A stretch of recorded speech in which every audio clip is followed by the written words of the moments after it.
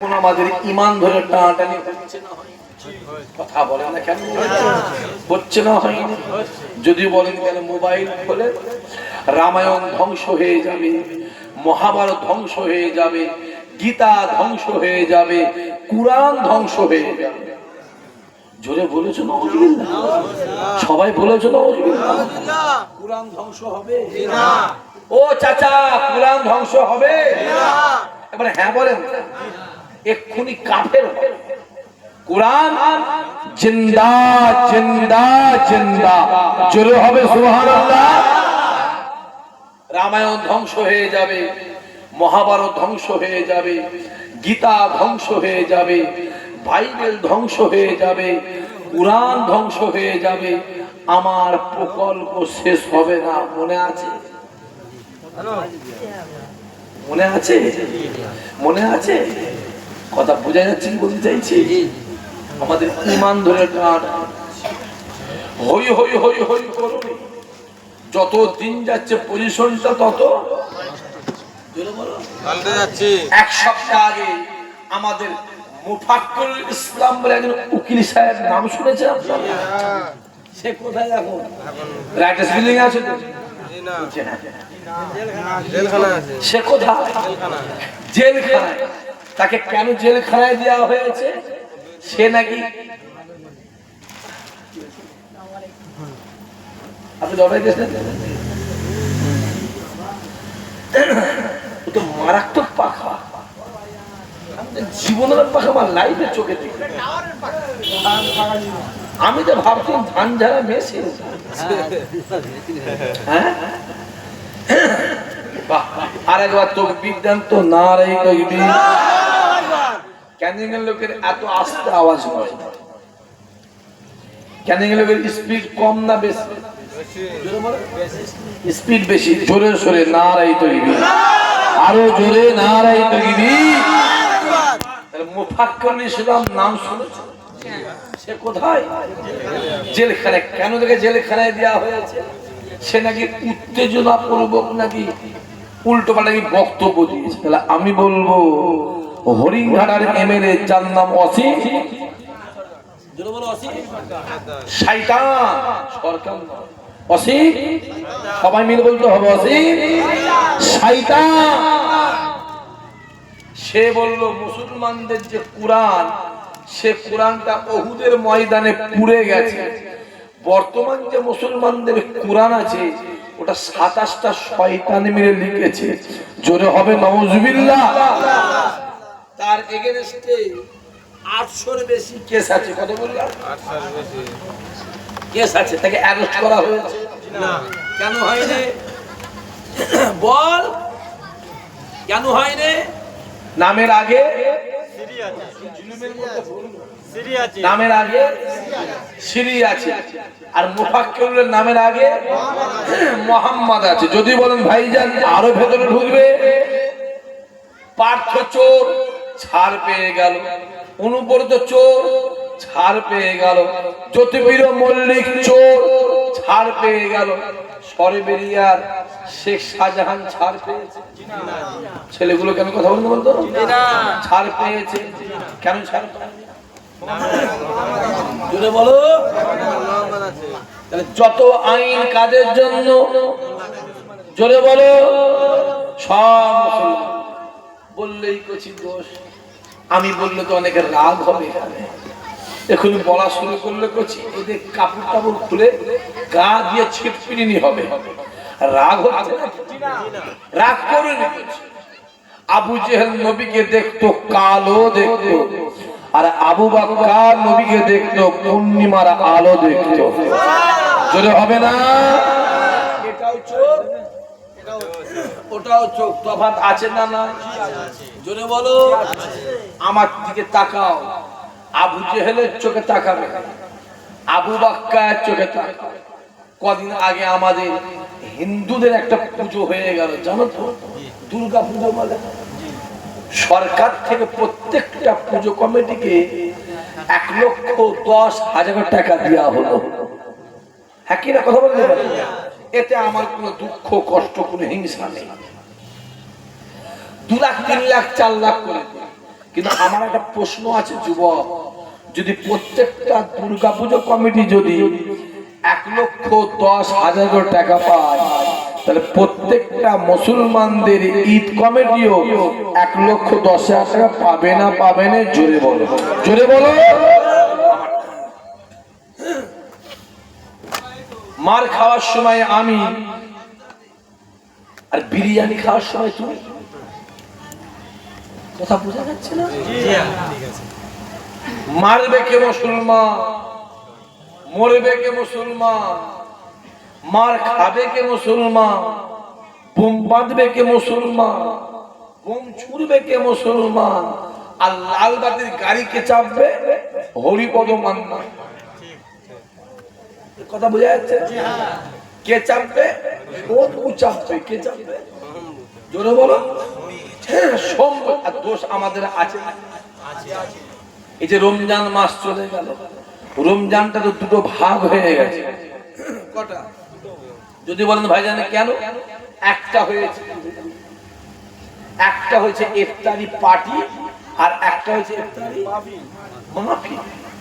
নাম নাম Naren, Suren, horn, horn, পাশি, গণেশ, নব, সুকুমার, হরিপদ, পরেশ। আমার কথা বুঝতে পারছেন? মাথায় টুপি দিয়ে পাঞ্জাবি পরে ইফতারি পার্টিতে বসে চলে চলে। আর এর মধ্যে কিছু মুসলমান আছে বাপের জন্য আপেল খাচ্ছে, বাপের জন্য বাপ আপেল খাওয়ায়। ও দেখবি কি ওই ইফতারি পার্টিতে বসে হাঁসের মধ্যে খেয়েছে। লজ্জা লজ্জা। ভোর 2:30টার সময় উঠলে সেহরি খেলে, রোজা নিয়ত করলে, ফজরের নামাজ পড়লে, নামাজ পড়ে কোরআন তেলাওয়াত করলে, সারা দিনটা আল্লাহ পাকের জন্য শুকলে, জোহরের নামাজ পড়লে, আসরের নামাজ পড়ে ওই বেঈমান বেদিনদের পয়সায় গিয়ে ইফতারি করলে, এ যুবক রে, আমার আল্লাহ তো পানিটাকে ফ্রি করেছে, যদি তুমি পানিটাকে দিয়ে যদি ইফতারি খুলতে, আমার আল্লাহ পাক তোমার সম্মান বাড়িয়ে দিত। হবে না? আরো জোরে বলবে না?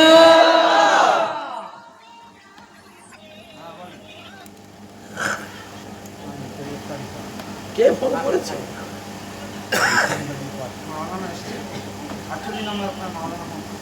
ও মুক্তি সাহেব, সে কোথায় আছে?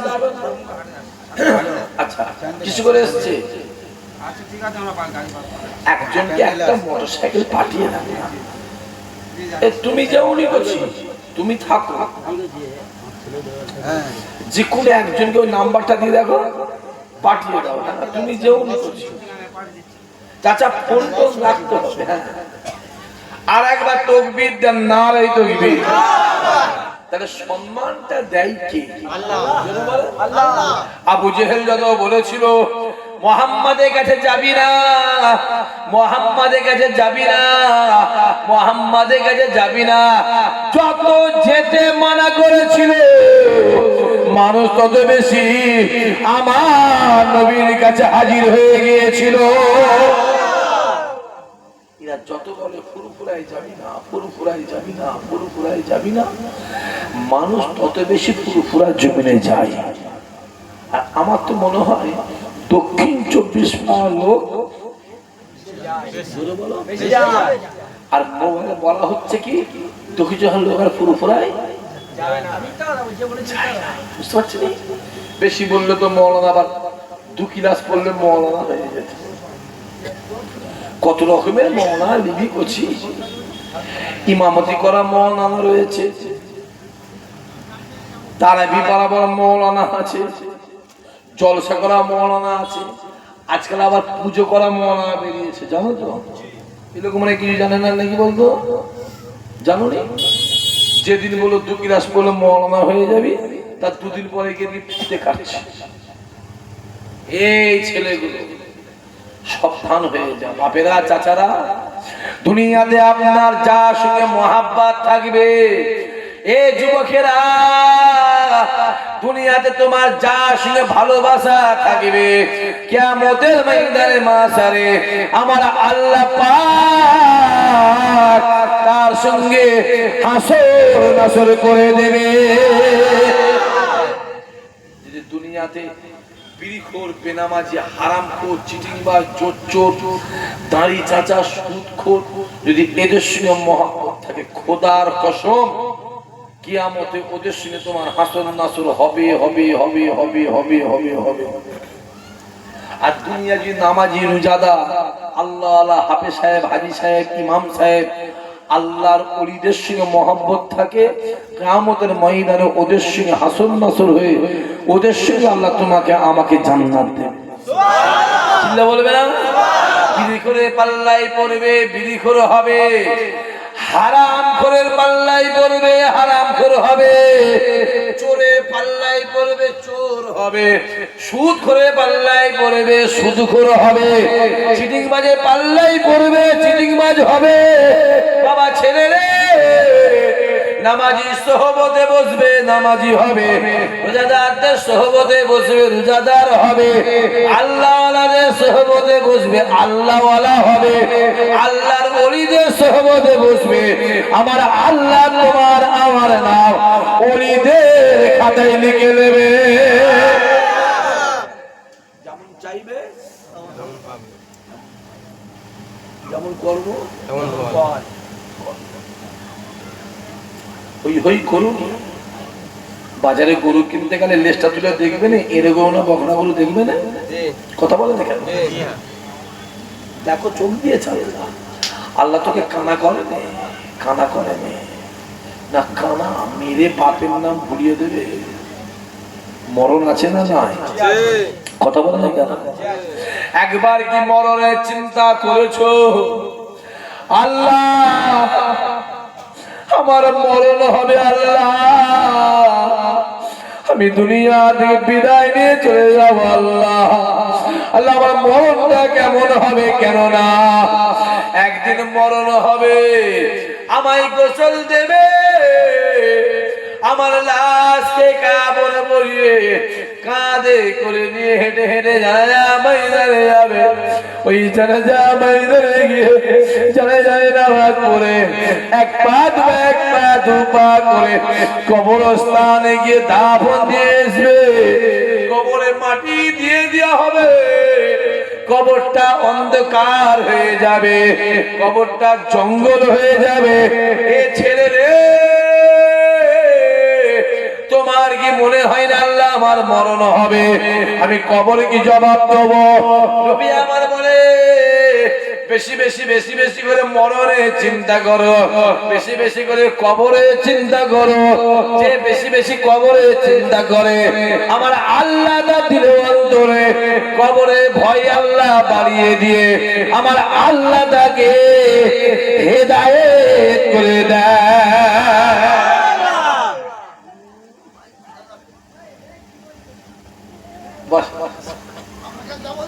না ওখানে বসো না, তকবির বন্ধ করতে পারছি।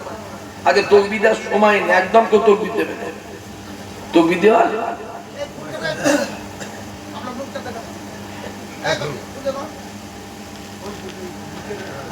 এইটা দিয়ে দেওয়া।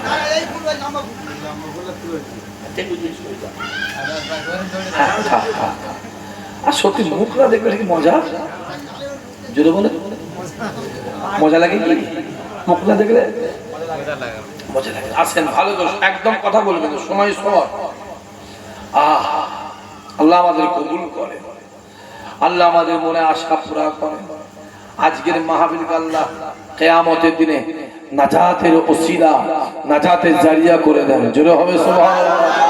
আবু জেহেল বারবার বলে মুহাম্মাদের কাছে যাবি না, মুহাম্মাদের কাছে গেলে মুহাম্মদ ধরে ধরে কামড়ায়, মুহাম্মদ ধরে ধরে খিমচায়, মুহাম্মদ গালাগালি করে।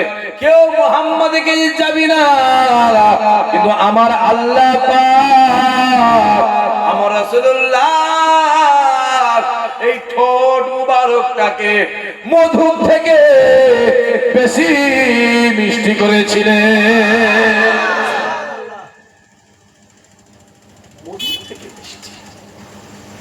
যে একবার আমার নবীর সঙ্গে কথা বলেছে সে আমার নবীর জন্য পাগল হয়ে গেছে। যে আমার নবীর সোহবতে বসেছে সে আমার নবীর হাতে হাত দিয়ে ইমানের কালমা পড়ে মুসলমান হয়ে গেছে। আরো জোরে হবে না? সহজ। হ্যাঁ, অত সহজ। দিনের মধ্যে যত দিন যায় রাসূলুল্লাহর কাছে যত মানুষ আসে, যত কাফের কুরাইশরা আছে, আমার নবীর হাতে হাত দিয়ে ইমানে কালমা পড়ে মুসলমান হয়ে যায়। আবু জেহেল, উতবা, উতাইবা, সাইবা, আবু লাহাব চুক্তি করে নেয়, প্ল্যান করে নেয়, কেউ মুহাম্মাদের কাছে যেতে দেওয়া হবে না, মুহাম্মাদকে কারো কাছে যেতে দেওয়া হবে না। এই না প্ল্যান করে আমার রাসূলুল্লাহকে সিহাবে আবু তালেবে 3 বছর গৃহ বন্দী করে দিলে।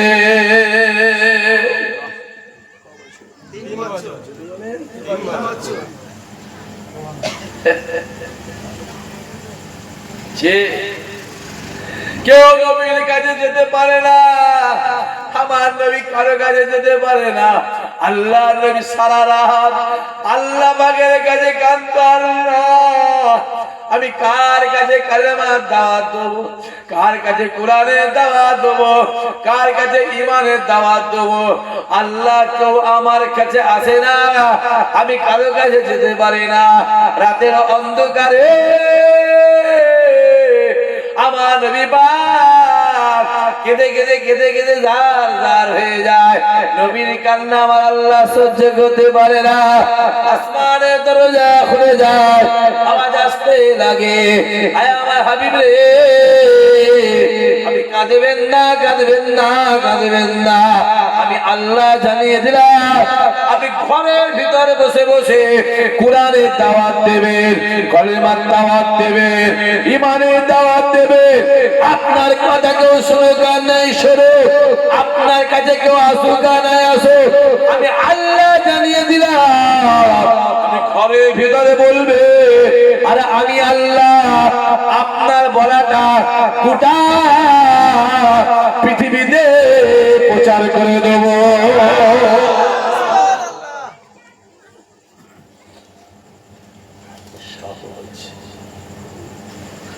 আল্লাহ নবী আমার ফজরের নামাজ পড়ে নিলে, ফজরের নামাজ পড়ে নবী আমার ডাক দিলেন, বাবা সাহাবারা কেউ চলে যাওনি, বাবা বাবা সাহাবারা কেউ চলে যাওনি, বাবা কাতার কাতার কাতার কাতার দিয়ে বসে যাও। আমি রাসূলুল্লাহ শরিয়াতের কথা বলবো, আমি রাসূলুল্লাহ কোরআনের কথা বলবো, আমি রাসূলুল্লাহ ঈমানের কথা বলবো। আল্লাহর নবী দাঁড়িয়ে গেলেন, সাহাবা হুজুররা কাতার কাতার কাতার দিয়ে বসে যায়। আল্লাহর নবী শরিয়াতের কথা বলে, কোরআনের কথা বলে, ওয়াহদানিয়াতের কথা বলে, ঈমানের কথা বলে। দেখতে পাওয়া যায় যত সময় যায় রাসূলুল্লাহর মজলিস ততই ভরপুর হয়ে যায়। একদম একটা জায়গা, একটা জায়গা খালি। আমি যখন উঠি 3-4 জন, মজলিসটা বাড়ছে না কমছে? কথা বলে কেন বাড়ছে? নবীর কথা হচ্ছে। কার কথা হচ্ছে? জোরে বলো। হ্যাঁ, আমরা ঈমানদার, নবীর জন্য জান নিতেও পারি। জোরে বলে, জান দিতেও। গোটা মজলিসটা টাইট হয়ে যায়। কিছুক্ষণ পরে হযরতে আবু বকর হুজুর আমার, আবু বকর হুজুর আমার এক পা দুপা করে আল্লাহর নবীর মজলিসে হাজির হলেন। গোটা মজলিসে হাজির হয়ে আবু বকর ঘুরে ঘুরে দেখে আমি আবু বকর কোথায় বসবো, আমার তো বসার জায়গা নাই, আমি আবু বকর কোথায় বসবো, আমার তো বসার জায়গা নাই। জায়গা না পেয়ে শেষ কাতারে গিয়ে দাঁড়িয়ে দাঁড়িয়ে আমার রাসূলুল্লাহ নূরের মুখের দিকে তাকিয়ে তাকিয়ে রাসূলুল্লাহ নূরের লোকের বাণী শুনতে লেগেছে।